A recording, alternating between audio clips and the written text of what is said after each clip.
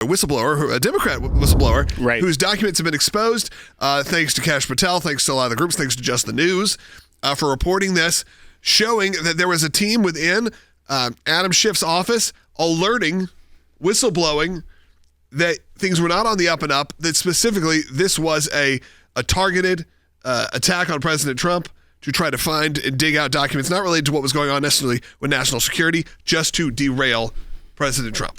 Well, and also with the express goal to get an indictment against President Trump. These come from FBI Form 302s. We've heard about those a lot during the Russiagate stuff. So that's the interview form that an FBI agent is filling out when they're conducting an interview. It's an official document. And what this shows is that someone who was a Democrat working for the House Permanent Select Committee on Intelligence, so the House Intel Committee, was in these meetings with Democrats, with Adam Schiff, where he was saying things like he wanted to purposefully leak classified information that was derogatory to President Trump, and he wanted that information to be used to get an indictment against President Trump. This individual was not comfortable with that. This individual pushed back. They were told, don't worry about it. He went to the FBI, and even the FBI at the time was seeming to be like, well, there's a lot of leeway in the speech and debate clause in the U.S. Constitution. While that may be so, this person was concerned about the ethics of this, the legality of it, but all this was directed by Adam Schiff. We knew that he was a leaker, but how much he was coordinating behind the scenes to try and leak things to the media to try and get an indictment against the President of the United States. The first thing I think you have to realize here is this. Number one, and I think this is critical, this was a Democratic staff member who gave the information to the FBI, who was then interviewed by the Federal Bureau of Investigation on 3 separate occasions that we know of. As Will mentioned, the 302 is the form that the FBI utilizes when they interview. These are the notes taken by the FBI agents. Kash Patel is confirmed as the FBI director, gets this information probably in the normal course of review. This was from 2017. And this individual alleges that Adam Schiff leaked classified documents to the media on purpose, knowing they were classified, to tarnish President Trump. Now, of course, I know firsthand what was going on in this because we represented the president at that point. And here's the key thing that I think you have to remember, Logan. This is what happens when weaponization of an agency takes place. And the Democrats went after President Trump with a vengeance, both while in office and then when we had President Biden. They indicted the former president of the United States in jurisdictions, alleging, by the way, the same kind of handling of classified documents. How come if President Trump gets indicted for it and Adam Schiff, nothing happens? Well, I think that's about to change. So what happens now is once this information is out, there will be further investigations. A grand jury should then be impaneled, and that grand jury should then, if the evidence supports it, bring a charge for violating a number of federal statutes here. A lot of people are asking so then what happens? This is always the big question, which is we've uncovered all this information. Kash Patel said, here it all is. There'll be referrals. There'll be all this. What's the true next step? Because Adam Schiff, we know, has even bigger plans and bigger hopes for his political career. And this could this result in anything?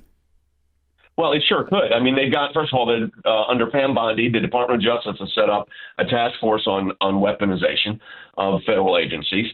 As I said, a grand jury could be impaneled as the evidence warrants, and that grand jury could issue an indictment. Adam Schiff isn't immune from the law. These are the ones that scream about nobody's above the law, yet that when they are involved in activities, they immediately try to hide behind a speech and debate clause. And by the way, I don't think there's anything wrong with having a speech and debate clause. I think the founders were right, but it has nothing to do with this issue whatsoever. If in fact the allegations are true, a crime was committed. Director Gabbard has laid this out, seeing the ways that intelligence was manipulated and then changed in order to frame a narrative against the president at the direction of President Barack Obama at the time. And then you saw the way that James Comey had a part in this. Now we're seeing that the Intelligence Committee, the Democrats there, were specifically playing a role in this. This is where that grand conspiracy investigation seems to really take place, where you're seeing multiple branches of the government in coordination trying to go after someone who is elected by the people. And it also harkens back to when Chuck Schumer said, you better not go after the intelligence community because they have 6 ways from Sunday to get back at you. All of this points to some sort of coup and grand conspiracy against President Trump. We knew Adam Schiff was doing some shady stuff the whole time. He's been pretty even honest about the fact that he has done shady things throughout, created facts, created transcripts, done all of these things to try to put President Trump, quote unquote, in his place, if you will.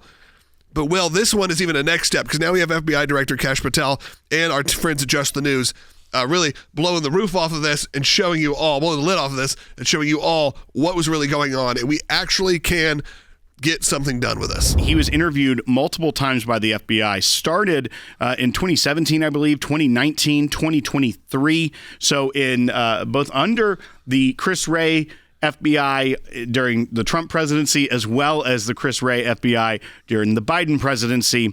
But all of the information that he was giving over was saying, I didn't think that this was okay. A lot of the individuals had NDAs, and they also had security clearance on the committee, and they were not supposed to be sharing this information. So it wasn't just that Adam Schiff was going to do it. He was directing staff to leak this to the media. And this person ended up leaving and believed that it was because Adam Schiff didn't think he was a team player or trustworthy to be able to do what he was being asked of him. They didn't want to stop him. They didn't want this to become an issue. They wanted him to find those reasons. At least that is what I'm assuming. Because if not, you would have taken a listen to a friend/whistleblower a little bit more seriously. Now, again, that doesn't mean just because it happened a number of years ago that it's over. There is a process in this country we have to go through to legally get to where we need to be to stay in line with the Constitution and with the laws. In this case, in particular, Adam Schiff, if those lead to a problem with him or anybody else, what exactly are the consequences for these people?